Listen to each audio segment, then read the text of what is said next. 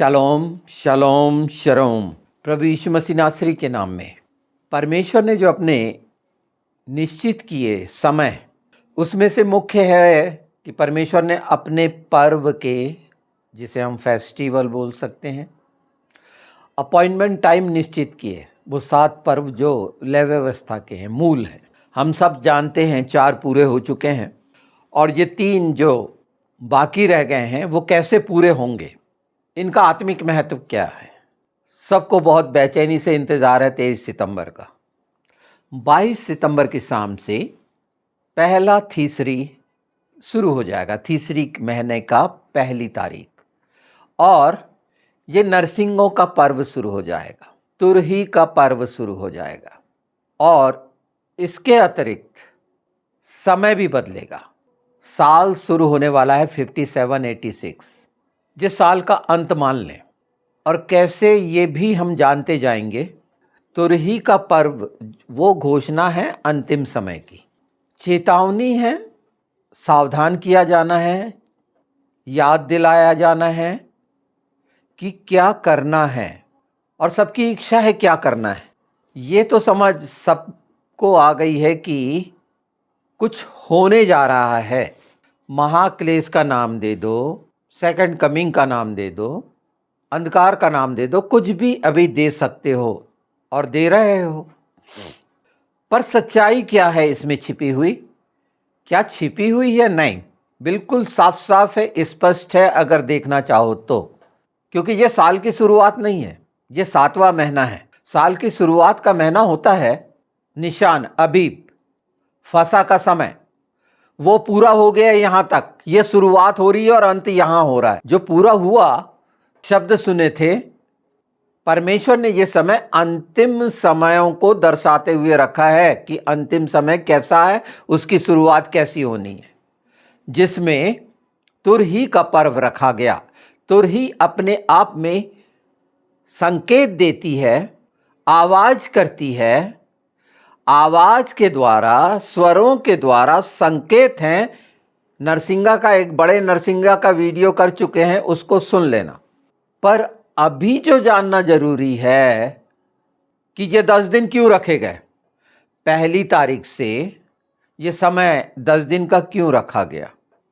उसके बाद इकट्ठे होने का पर्व, न्याय का, अर्थात नरसिंगा न्याय को दिखाता है, सतर्क करने को दिखाता है, पश्चाताप को दिखाता है, तैयारी को दिखाता है। तो तैयारी क्या है हम विश्वासियों के लिए जो यीशु को मानते हैं?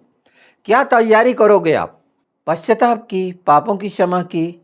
आपको तो यीशु का लहू लग चुका ना, फिर कौन सी बात का संदेह है जो आप कमजोर हो रहे हो? कोई और चिन्ह लग जाएगा इसका डर है? तो निश्चित शरीर और संसार के गुलाम हो। क्या यीशु का लहू इतना कमजोर है? तो जो मसीह कहलाते हैं उनके दायित्व क्या बने अपने लिए? तुरही का पर्व, आप उसके नरसिंगे, आप उसकी तुरही।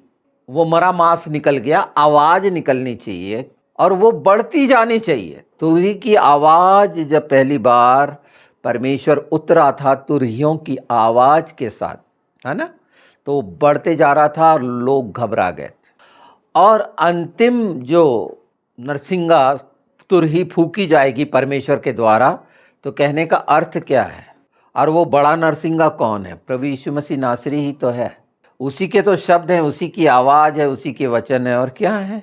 तो मसीहों के दायित्व क्या बनते हैं, किस चीज़ के लिए? कि यीशु जल्दी आ, यही तो चाहता है हर कोई। कैसी इच्छा रखी हुई है यीशु जल्दी आ, पर अपने लिए मांग रहे हो। आपके कारण यीशु आएगा जल्दी, कैसे सोच लेते हो? ये बहुत अच्छे ध्यान से समझ लो कि नरसिंगा हो तो क्या बोलना है ये आना चाहिए। तैयारी किस चीज़ की होनी चाहिए वो आना चाहिए। अपने अपने लिए मांगना, अपने लिए करना। तो क्या अभी भी संसार का जोड़ना बाकी रह गया है क्या? हटे नहीं क्या? निश्चित दबाव में हो, मैं जानता हूं, भय में हो, और इस कारण ये सारी चीजें हो रही हैं। पर इससे मुक्त करने के लिए है ना ये आनंद का सुसमाचार, प्रत्येक मसीह के लिए। और जितनी जल्दी आप ये समझ जाएंगे, एक नरसिंगा बन के वो कहने लगेंगे जिसके कारण यीशु आएगा, और वो है सिर्फ एक ही बात। जब तक एक यहूदी एक यहूदी से मतलब पूरा यहूदी होता है, वो सब एक हैं। ये ना बोल दे धन्य है जो प्रभु के नाम से आता है, तब तक यीशु नहीं आने वाला। ये नोट कर लीजिए। और इसके लिए कर्तव्य बनता है मसीहों का कि वो प्रार्थना करें, उनके लिए निवेदन विनती करें। यहूदियों का विरोध पूरे संसार में सबके द्वारा क्यों है? क्या है जड़ में उसके? सिर्फ यहूदी, सिर्फ और सिर्फ यहूदी, और कोई नहीं। मैं अभी आत्मिक रीति के मसीहों की बात नहीं कर रहा।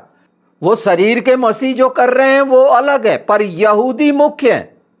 वो शारीरिक मसीहों का कोई मतलब ही नहीं है। यीशु कह देगा मैं नहीं जानता, पर सचमुच में मायने रखता है इज़राइल, यहूदी, और परमेश्वर उनके साथ प्रमाणित करता है। हर बात प्रमाणित है, वो पूरा होना है, उसे कोई नहीं रोक सकता। हाँ, आप अगर यीशु से प्रेम रखते हैं और पिता को हे पिता कहते हैं, और जब ये जान गए हैं कि तब आएगा यीशु, तो सिर्फ एक ही हथियार है और वो है प्रार्थना। अपनी प्रार्थनाओं में शामिल करोगे यहूदियों को?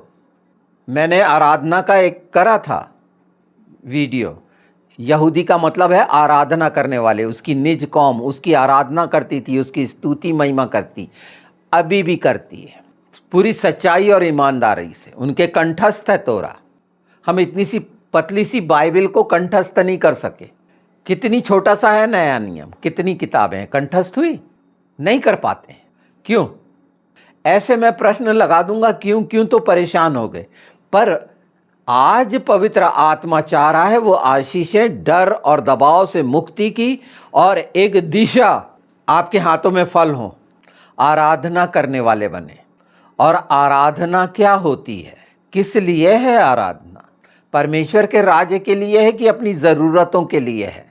तो इज़राइल के छुटकारे के लिए प्रार्थना होनी चाहिए ना, यरूशलेम की शांति के लिए, यही कहा गया है। और एक साथ होकर करें। अब जरूरत है एक साथ होकर। अगर वचन से सहमत हैं तो आप एक साथ हैं और कर लेंगे, पवित्र आत्मा करा लेंगे। अगर ये मानते हैं कि तमाम संसार जो यहूदी विरोधी है अर्थात शैतान के हाथ में है, वो चाहता ही है खत्म कर देना यहूदियों को शुरू से। और क्यों चाहता है ये आपने यशायाह 14 में जाना है। उसके 5 कारण लिखे हुए हैं लूसीफर के। ये हमारे लिए कितना महत्वपूर्ण है। हम जानते हैं कि वो गिराया गया, पिता के बराबर अपना सिंहासन चाहता था, सियोन में चाहता था, उत्तर दिशा में चाहता था, जहां सियोन है। यही सब कुछ तो लिखा हुआ है ना। बड़ा होना चाहता था और किस तरह सारे संसार को भरमा के वो कार्य किया और यहूदी विरोधी बना के आज सारा संसार क्या इज़राइल से युद्ध कर सकता है? कांपने लगेंगे दिमाग। बहुत दुर्गति हो गई है शैतान की। कितनी दुर्गति हुई है मिडिल ईस्ट में, देखिए। हाँ, शैतान जो होता है तो मारा मार के देख वाला होता है, क्योंकि हारा हुआ है और उसके जाल में फंसे हैं। ये बात क्यों रख रहा हूं मैं यहां? ये जड़ है, मनुष्य जड़ नहीं है। मनुष्य उसका एक टूल है, उपयोग कर रहा है शैतान। देखिए, सुनिए यशायाह 14:13। तू मन में कहता तो था मैं स्वर्ग पर चढ़ूंगा, मैं अपने सिंहासन को ईश्वर के तारागण से अधिक ऊंचा करूंगा और उस दिशा उत्तर दिशा की छोर पर सभा के पर्वत पर विराजूंगा। मैं मेघों से भी ऊंचे ऊंचे स्थानों के ऊपर चढ़ूंगा, मैं परम प्रधान के तुल्य हो जाऊंगा। ये 5 बातें। उत्तर को क्यों यहाँ पर थोड़ा सा ध्यान दे दें, क्योंकि पुष्टि हो जाए। होशे निकालें 5 उसका 15। जब तक वे अपने को अपराधी मानकर मेरे दर्शन के खोजी ना होंगे, तब तक मैं अपने स्थान को ना लौटूंगा। और जब वे संकट में पड़ेंगे तब जी लगाकर मुझे ढूंढने लगेंगे। ये बात पूरी होनी है। जैसे हमने अपने पाप को माना, अपराधी माने और प्रभु यीशु के द्वारा छुटकारा पाए। अभी हमने 14 जाना, 14, 13, 14, जिसमें परमेश्वर से बड़ा होना चाहता है, और वो 5 बातें चाहता है शैतान, जो चाहता था, और उसको पूरी करने के लिए मनुष्य को उसने पूरी रीति से लालसा और अभिलाषा में फंसाया और वासना में फंसाया, और मनुष्य फंसा हुआ है, दबा हुआ है, डरा हुआ है। यीशु के नाम की सामर्थ्य के बावजूद भी उससे प्रतीति नहीं होती है। वो अपने आप को मायूस, निराश, हताश पाता है। पर ये सच्चाई के वचन देखिए, भजन में 48 देखें, उसका दूसरा सुनिए। सिय्योन पर्वत ऊंचाई में सुंदर और सारी पृथ्वी के हर्ष का कारण है। राजाधिराज का नगर उत्तरी सिरे पर है। ये उत्तरी सिरा याद आया? अभी आपने पढ़ा था यशायाह 14, है ना? ये सिय्योन। तो जितनी बातें हैं, आज ये जान लीजिए, इज़राइल का परमेश्वर के अलावा कोई मालिक नहीं है। स्वामित्व यहूदियों को है, इज़राइलियों को, केयर टेकर की तरह, क्योंकि परमेश्वर ने उसे अपनी निज भूमि कहा है, निज जगह कहा है, ये याद रखिए, है ना? जो पूरी होनी ही है। इसके लिए बहुत सा विचार, ये चीज ये साधारण है, पर आत्मिक रीति से कैसा गिरा हुआ है, कैसे विरोधी बने हैं इज़राइल के। कई मसीह भी यहूदी विरोधी हैं, उनको भड़का दिया गया शैतान के द्वारा। वो पहचान लें, जितने सुन रहे हो यहूदी विरोधी, यहूदी का मतलब है आराधना करने वाले, उसी के द्वारा, यहूदियों के ही कारण यीशु आएगा, है ना? मसीहों के कारण नहीं आएगा, कहीं नहीं लिखा है। तो एक जंगली जैतून को समझना चाहिए कि जड़ संभालती है और मसीह जड़ नहीं है, ठीक है? तो गलत फहमी से निकली है, और ये पर्व पूरे होने, आप नरसिंगा बने कि प्रार्थना करने वाले बने कि यरूशलेम की शांति के लिए मांगी है, इज़राइल की रक्षा के लिए, यहूदियों के लिए मांगा है, जहाँ से कम ये तो याद होगा कि यीशु यहूदी था, मनुष्य का पुत्र आने वाला है, ये तो याद रहता है। यहूदी याद रहता है क्या? और वो सबसे ऊपर क्यों रखा है परमेश्वर ने? क्या तकलीफ है? और इसलिए शैतान पहला अटैक जो कर रहा है, पूरे संसार का अटैक, यहाँ तक कि अब तो यूरोपियन देश भी जाने अनचाहे, खैर दूसरे जो पंथ हैं, कल्ट हैं, जो शैतान के हाथ के हैं, वो तो कर ही रहे हैं। वो तो जितना करना है वो सारा संसार देख रहा है कि शैतानियत गिर के किस स्तर पर क्या पाना चाहती है। और आप इस चीज़ को देख रहे होंगे राजनीति में भी, हर जगह देख रहे होंगे, हर देश की राजनीति में शैतानियत का कारनामा देख रहे होगे, जो इल्यूमिनाटी, डीप स्टेट के नाम से जाना जाता है। ये बार बार इस पे मेरा समय बर्बाद करना है, ये आप लोग भी जानते हो। पर इसको जानते हुए क्या आप इज़राइल के लिए तैयार? कमर कसी है, घूमने चले जाएंगे। यीशु यहाँ पर पानी में चला था, इस जमीन पे चला था। अरे ठीक है ना, आपकी कलवरी आपकी जमीन पे चल रहा है क्या? आप तो भौतिक इज़राइल नहीं हैं, आप तो आत्मिक इज़राइल हैं। यरूशलेम है आपके जीवन में चल फिर रहा है क्या? घूमने के लिए मौका दिए हो क्या, कि कंकड़ पत्थर डाल के पड़े हुए हो? यही है वो समय कि हमें अपने लिए तो करना ही है प्रार्थना, क्योंकि हम दबाव में हैं, डरे हुए हैं, क्योंकि दुष्ट ने डराया हुआ है। और दूसरे दिन की चिंता रहती है, खाने पीने और शरीर की और अपने प्राण की, क्योंकि हम यहां से निकले ही ऐसी जगह से। पर फिर भी हमारे लिए हमेशा मदद है ना पवित्र आत्मा की, यीशु का नाम है ना हमारे साथ, और मसीहत इसीलिए बची हुई है। पर उससे आगे नहीं बढ़ी, उससे आगे बढ़ी क्या, बल्कि दोषारोपित करने वाले बन गए। और नरसिंगा यही है, जैसे मैं फूंक रहा हूं आप भी फूकिए ना। यह सच्चाई को बोलने में क्या दिक्कत है? यही तो है पिता की महिमा। वो जो चाहता है इच्छा पूरी करो। कौन सी इच्छा पूरी करोगे? परमेश्वर की। प्रसन्न करने वाले बनते हो। आराधना में आत्मा की सच्चाई है, आत्मा की सच्चाई का फल दिखना चाहिए। ये समय जो रखा गया है, ऋतु रखी गई है, ये सितंबर से जो शुरू हुआ, तीसरी, और मार्च से शुरू होता है निशान, ये फरवरी मार्च। तो इन समयों को कौन सा कटनी का है? हम जबकि कटनी के पर्व में लगातार हैं, ये याद रखिए। अब कैसे हैं? आत्मिक है ना। हमारे लिए तो कटनी का ही पर्व है, फसल का पर्व है, पहले फलों का पर्व है कटनी के लिए। अब यीशु का आना मतलब कटनी का। और यीशु ने बोले थे, याद करिए, वो दिन ठंड के ना हो, शरद ऋतु के ना हो। और ये शरद ऋतु का है ये समय, ये शरद ऋतु का समय है।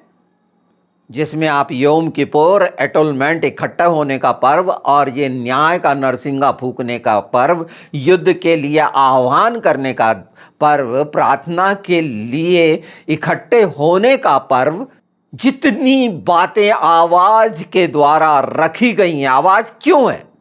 पहाड़ी आवाज क्यों है? पवित्र आत्मा के द्वारा। ये आप सब जान रहे हैं इन सच्चाइयों को।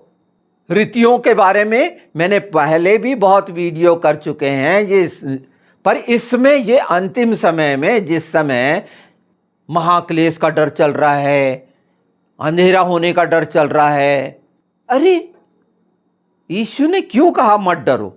वो जो लेने आला है, तो ये तो आनंद का सुसमाचार है कि मेरा यीशु आ रहा है वो मुझे ले जाएगा। हाँ ठीक है, मैंने बहुत गलतियां करी, पवित्र आत्मा सब करवा लेंगे ना आप।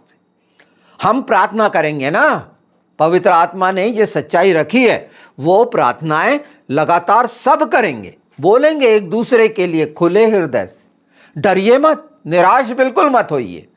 हाँ, ये स्वीकार कर लीजिए, जो अभी मैंने होशे 5:15 पढ़ा था ना, ये सिर्फ यहूदियों के लिए था। उस समय तो ऐसे ही लगा होगा, या आत्मिक इज़राइल, हम आत्मिक यरूशलेम मसीहों के लिए भी है। इन अंतिम समयों में पवित्र आत्मा आपको तैयार करेंगे, और वो तैयारी होगी सब मसीहों के एक साथ आकर एक दूसरे के लिए नरसिंगा फूकने की। एक दूसरे के लिए, एक परिवार दूसरे परिवार के लिए। काय के लिए? शांति के लिए, यरूशलेम की शांति के लिए, इज़राइल की रक्षा के लिए। हाँ, तो ये भौतिक संसार में चले जाओ, अगर आत्मा पे ध्यान नहीं दिए गए तो नहीं लगता कि उसने कितनी बुरी तरह बहकाया है, भटकाया है लूसीफर ने।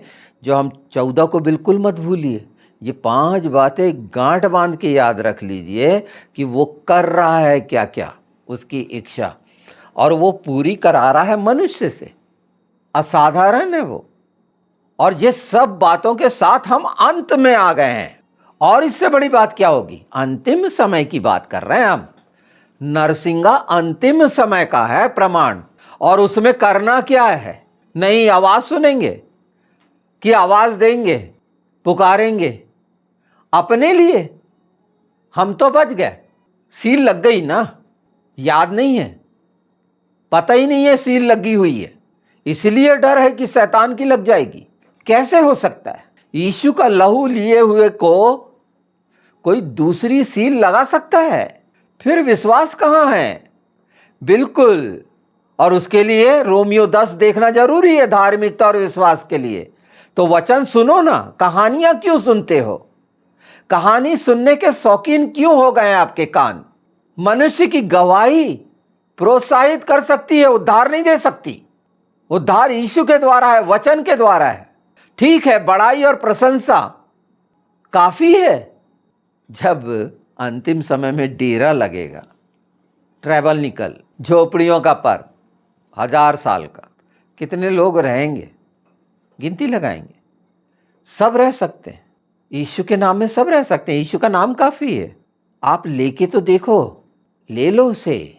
जैसे हम किसी चीज को ले लेते हैं और वो हमारे पास होती है। लिया है क्या? आपके पास है क्या? आपको महसूस होता है क्या? जैसे पहनी हुई अंगूठी महसूस होती है, गले में वो जो चैन वगैरह पहनते हैं वो महसूस होती है। स्त्रियां जो अपना श्रृंगार करती हैं और जो जो भी पहनती हैं उन्हें मालूम रहता, महसूस होता है। यीशु महसूस होता है क्या? लिया है उस नाम को, नाम के एहसास की अनुभूति होती है, जिससे चंगाइयाँ हैं, बड़े बड़े आश्चर्य कर्म हैं, और उससे बड़ा नाम कुछ नहीं है। क्या उसका असर आप में हो रहा है या संवेदनहीन है?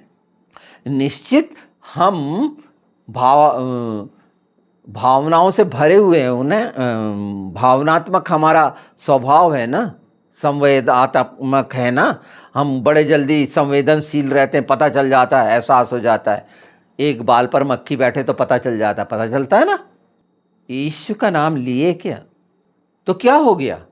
ले सकते हैं ना, पवित्र आत्मा मदद है ना। और अगर लिए हैं तो आगे बढ़ो ना। क्या प्रेम नहीं है यहूदियों से? सब चीजें छोड़ के पीछे पड़ जाओ ना, प्रार्थना में कि ये चीख उठे, अभी जो हमने होशे 5:15 पढ़ा। बिल्कुल करते हैं मसीही लोग इजराइलियों के लिए प्रार्थना। मैं उन कल्ट की बात कर रहा हूँ जो यहूदी विरोधी हैं। उनकी जातिगत समस्या होगी, शरीर से समस्या होगी, उनकी मानसिकता ऐसी होगी, या उनको ऐसा सिखाया गया होगा। हमारे लिए तो अंधेरा भी प्रकाश लेकर आता है। हम मालूम है ये अंधेरा ज़्यादा समय का नहीं है, छट जाना है। यीशु ने कहा अंधेरे ने स्वीकार नहीं किया, क्योंकि प्रकाश का सूर्य तो निकलना ही है। यीशु के नाम में सूर्य का उदय होना ही है। यशायाह 60 स्पष्ट कहता है, 1-2 बिल्कुल पढ़िए। पर आज जानिए तुरही और अपने दायित्व और कर्तव्य यीशु के नाम में जो वचन चाहता है हर आत्मा से, वो करने योग्य है। इकट्ठे हो ना आप। और इकट्ठे कब होंगे? जब ये भूख प्यास रहेगी। अभी खुद ही को लग रहा है कि मेरा उद्धार हुआ कि नहीं हुआ, तो बिल्कुल लगने दीजिए, कुछ नहीं हो सकता है दुष्ट इस तरह से परेशान कर। यही तो वो जगह है जहां पर आप निसंकोच, डरे मत। यीशु के नाम में ये बदलेगा और बदलेंगे आप सब मिलकर ऐसी ऐसी समस्याओं का निवारण करेंगे जो बीच में हैं, जो बताई नहीं जा सकती और जो हमसे होती नहीं है। वो सबकी प्रार्थनाओं के द्वारा होगी। ये नरसिंगा फूकना अंतिम समय का है। ये अगर सचमुच में प्रेम रखते हो तो जरूरी नहीं है कि उसको देखना है। ये फलों का समय है, कटनी का समय, मतलब फल का समय। इस समय क्या काट रहे हो? तो दुष्ट को काटो ना, जितना हो सकता है यीशु के नाम में। प्रत्येक दिन थोड़ा सा समय नहीं निकाल सकते क्या? अंधकार के विरोध में बोलना नहीं आता, लगातार बोलना शुरू करोगे तो वो गूंज बढ़ते जाएगी, शैतान घबराने लगेगा। और ये होना है यीशु के नाम में। आप उसके भागी बनिए ना। हर जगह तो सदस्य बनते हैं ना, बिल्कुल साफ साफ कहते हैं ना, हम इस मिनिस्ट्री के हैं, उस मिनिस्ट्री के, उस चर्च के, यहाँ के हैं सदस्य, वहाँ के हैं सदस्य, हम ये हैं, हम वो हैं। यहाँ सदस्य बनने में क्या दिक्कत है? एक दूसरे के सदस्य बनो। ये सरल बातें हैं, क्योंकि इसमें छिपा हुआ बहुत कुछ है जो बोला जा रहा है। अब ये गैग्रियन कैलेंडर से गिनती करने की नहीं है ये समय, पर वो जो समय रख दिया गया 10 दिन का समय, ऐसे ही नहीं है। अच्छा, 13 अक्टूबर को समाप्ति हो जाना है, ठीक है, उसके बीच में योम किपोर का है, पर इसके पहले ये समय को गिनते रहेंगे क्या? ये समय तो शुरू से चला आ रहा है कि हम जिन्हें गला मिला है, स्वर मिला है, मुंह मिला है, बोलने के लिए, बड़ाई करने के लिए, आराधना में है ही नहीं। आराधना में ही तो है ना ये सब बातें। ये शुरुआत है, समझ लीजिए। और अगर कुछ ऐसा लगता हो तो पवित्र आत्मा की मदद मांगिए, पर इंसान के पास मत भटकिए, क्योंकि इतने साल से क्या मिला और अब क्या मिल रहा है ये जान और पहचान लो कि पवित्र आत्मा क्या दे रहे हैं। आपके मन की कल्पनाओं के आधार पर नहीं है, उससे कहीं ज्यादा गहरा है। ये हम सबको समझना चाहिए। तो आपकी आवाज एक निशान है ना? ये साधारण शब्द नहीं है। आपकी आवाज निशान छोड़ रही है क्या? आप अपनी आवाज के निशान देखना चाहते हो क्या? तो वो फल मिलेंगे ना। और ये अंतिम समय में होगा, तो आज तैयारी है। अंतिम समय का नया शुरू हो रहा है। अब कुछ अर्थ समझ में आया होगा आत्मा का, आत्मिक। अगर भौतिक जगत में भटक रहे हो तो फिर उसी रीति से देखोगे, तो फिर 7 के बाद जो 8वां है और फिर 1 शुरू हो जाता है, वही 1 बनता है। ये समझ में आ जाएगा, ये सर्कल समझ में आ जाएगा तीसरी और निशान का, जो गणित जानते हो। तो पहले 4 उसमें पूरे हो चुके हैं फसा के समय। ये बार बार बताया जा रहा है, सबके द्वारा बताया जा रहा है। आत्मा ग्रहण करे, इसके लिए हृदय में पैदा तो हो वो प्रेम। पवित्र आत्मा ये आवाज आपके हृदय को बिल्कुल विवश करेगी। हो सकता है ये शब्द सुनने से शैतान आपको वंचित करे, इधर उधर ध्यान भटकाए, आपको शिथिल करे, कमजोर करे, क्योंकि उतनी जितनी सतर्कता से परमेश्वर के वचन को अपने मन, प्राण, आत्मा, बुद्धि की सारी शक्ति से अगर प्रेम करते हैं, इच्छा रखेंगे, तो सुनने वाले बनेंगे। और सुनना कहाँ से होगा? वो हमने रोमियो 10 बिल्कुल स्पष्ट करा है कि 10, 10, 20 ये सब पढ़ लीजिए कि उद्धार के लिए क्या है और विश्वास के लिए क्या है। और सुनना मसीह के वचन से होता है और विश्वास कैसे होता है? वचन से, सुनने के कारण। तो वो सुन रहे हैं और अगर आपके अनुरूप नहीं है तो निश्चित, पर जितने सुन रहे हैं पवित्र आत्मा से समझ लीजिए, मांगिए। और ये यहीं समाप्त नहीं हो गया, उसमें पहला दायित्व वो बताया है। तुरही के पर्व का पहला दायित्व एक मसीह का क्या है और सबसे बड़ा अटैक क्यों है जड़ पे, इज़राइल पे, और उसके लिए सामने रख दिया है। तो हमारे नैतिक दायित्व और कर्तव्य बनते हैं, क्योंकि हम एक तो होना ही है। स्वर्ग के दरवाजे का नाम 12 गोत्रों के अनुसार है, उनका इनकार कर दोगे क्या? इनकार कर सकते हो? ये जरा सोचिए, क्योंकि अगर हम आदर करना ही नहीं जान रहे तो निश्चित हम किसके साथ हैं? वही 14 वाले के साथ। और उन समस्याओं में उलझे हुए हैं कि मैं बड़ा बन जाऊं, मैं ऐसा कर लूं जैसा वो चाह रहा था। ये 5 काम करते हैं। आज जो भरमाने वाले, भटकाने वाले, 5 पति करने वाले, वो मसीह भी हो सकते क्या हैं? पर छुटकारा है इसके बावजूद भी, क्योंकि हमेशा यीशु ने बोले अब पाप मत करना। उसके बाद भी जो हारा हुआ है उसको ताकतवर सिर्फ मनुष्य बनाता है अपनी लालसा के कारण, शारीरिक सोच और बुद्धि की सोच के कारण। इसीलिए उसे ये समय की पहचान नहीं होती, इन रीतियों की पहचान नहीं होती। ये उसके दिमाग में नहीं रहते कि मैं कौन से समय में हूं, क्योंकि वो आत्मिक है ही नहीं। इसीलिए बोने का कोई फल नहीं मिलता उसके अंदर। वो सांसारिक झाड़ियों में गिरे हैं ये बीज, इसलिए फल नहीं मिलता। कठोरता है इसलिए फल नहीं मिलता। रोड के किनारे थोड़े समय के लिए, इसीलिए नहीं मिलता। एक किसान को देखिए आप, किसान एक खेत में बीज बोता है और पूरा फसल पाता है, उससे ज्यादा पाता है कई बार सोचने के बाद। वो नहीं दिखती क्या? साफ साफ खेती की फसल दिखती है ना, पर आत्मिक कलवरी की भूमि की कोई फसल दिख रही है आपको अपनी? क्योंकि संसार की फसल में उलझे हुए हैं। यशायाह 14 के साथ हो गए हो क्या? किसी तरह का ऐसा कुछ भी हो गया है तो भी उम्मीद है, आशा है। यीशु का नाम ले। अब किसी सामर्थ्य से लिवाना है तो कुछ नहीं होगा, खुद लें। और लिए हुए हो तो आपको पता होना चाहिए कि आपके पास है। आज से चेक करो अपने आप को कि यीशु आपके पास है सचमुच में। तो क्या केयर करते हो? देखभाल करने के लिए रखा है परमेश्वर ने यहूदियों को, यरूशलेम की, इज़राइल की पूरे, क्योंकि परमेश्वर की भूमि उसकी है।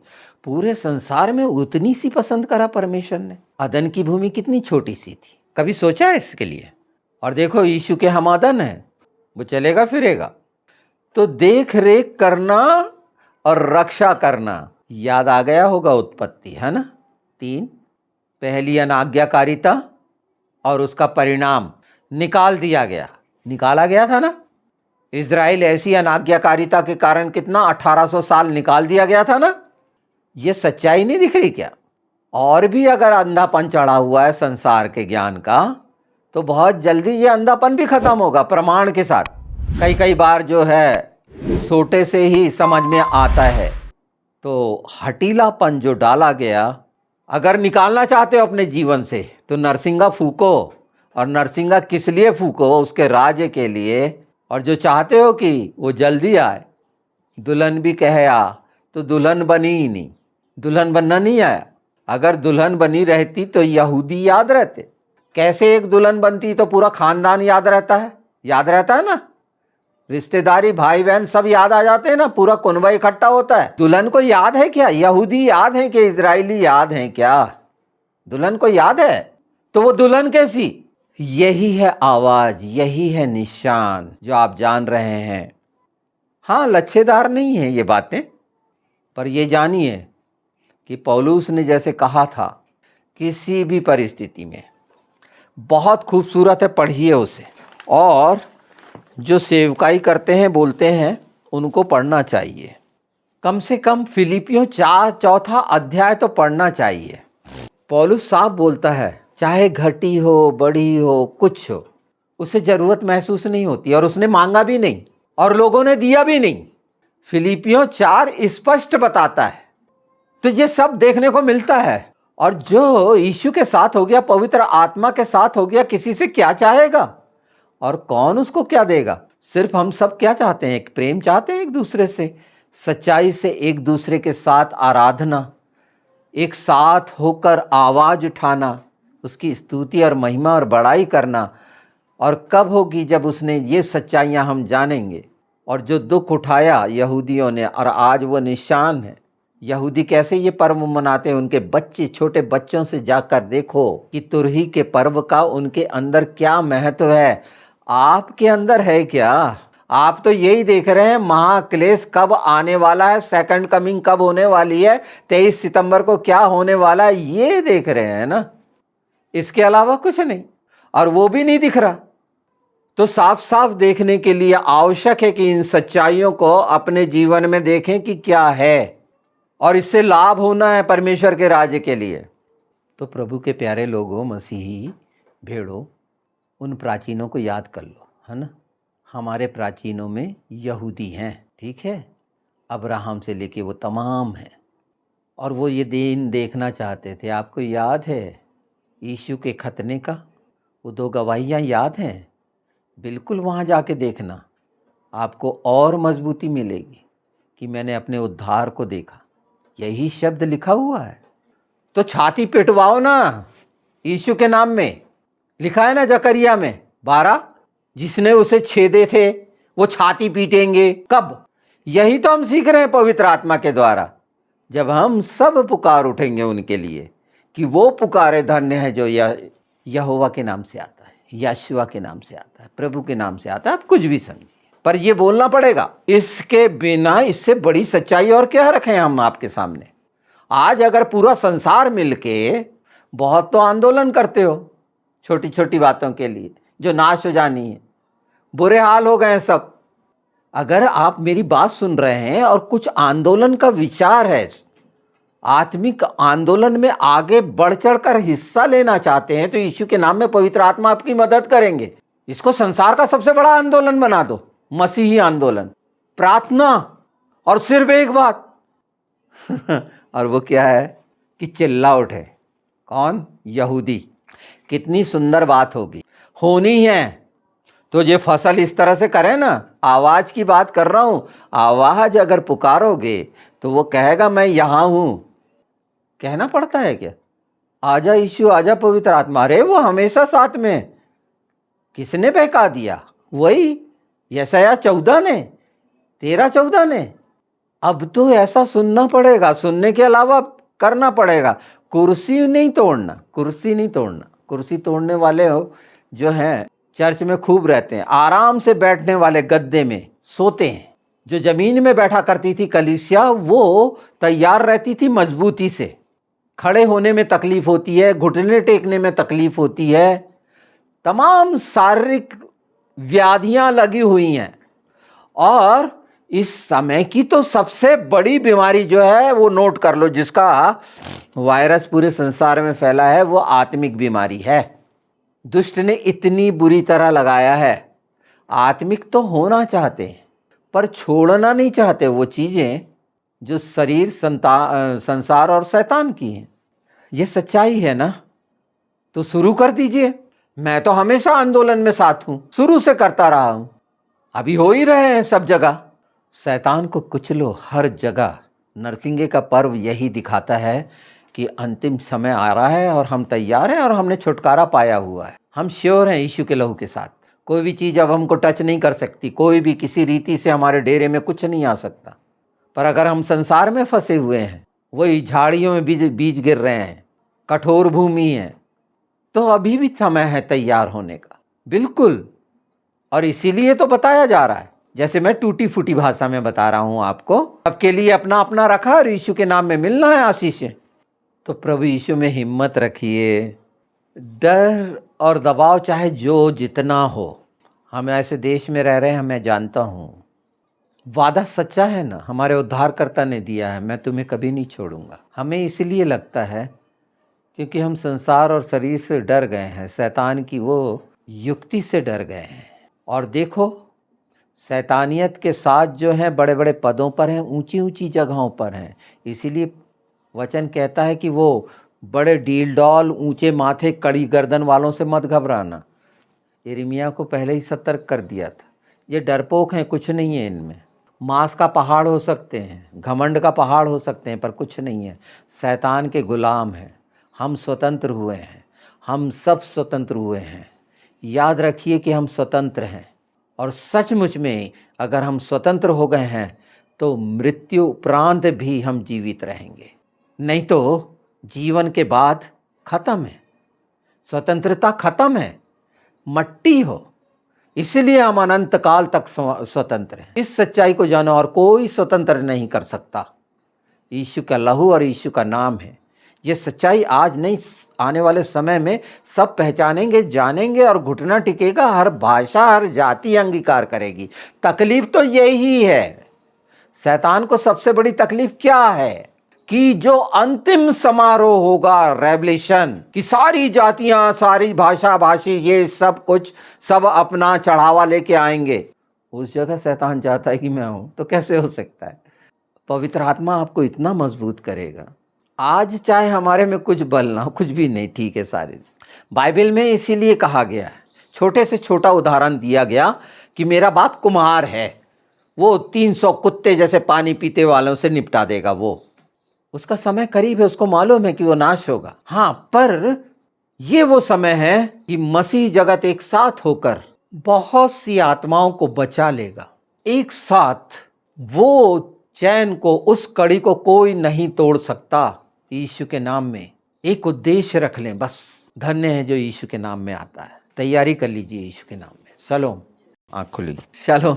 अंत में कहता चलूं, सावधानी रखिए। कौन कौन सी सावधानियां रखना है, बीच बीच में आपको पता चल जाएंगी। और ये सब आपकी आशीष के लिए मैंने चाहा है। और ये आशीष सिर्फ मैं इसलिए चाहता हूं कि आपकी आत्मा बचे और आप हजारों हजार आत्मा को बचाने वाले बने यीशु के नाम में। और हर चीज की चेतावनी ये दर्शाती है कि हमें सावधानियां बरतना चाहिए। और कौन सी सावधानियां हैं? एक ऐसा बोझ नहीं डालूंगा कि परेशान हो। ध्यान भर रखना है, जागते रहना और प्रार्थना करते रहना यीशु के नाम में।